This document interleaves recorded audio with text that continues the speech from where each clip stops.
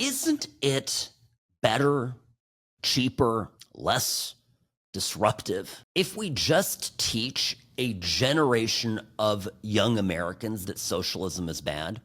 We just teach them objectively that of all the isms of the 20th century, the most deaths, the most misery, 100 million people, plus minus, dead as a consequence of socialism, communism, that leftist revolutions consumed basically a third of what is the entire United States in a relatively short period of time.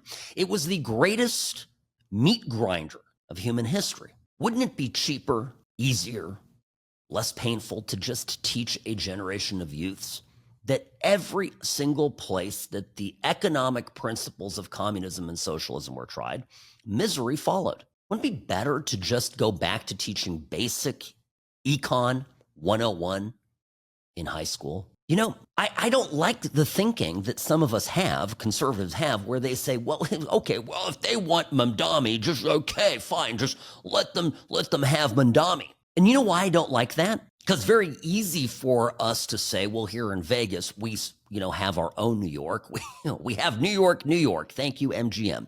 A corner of Tropicana and Las Vegas Boulevard. We have our own New York, and the real New York, if they want to, bring in a commie pinko to run the place, so be it. Okay. You don't think there's a trickle-down effect of destroying the most important economic center that's already on its way to being completely destroyed, finishing it off?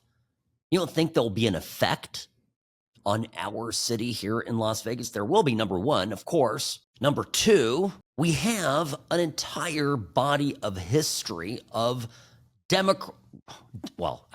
communist failure, socialist failure, Democrat failure, and yet people will vote for it over and over again nonetheless. The failure will have to be so big and so monumental to get through to the right amount of people, but at which point we may not have a democracy anymore.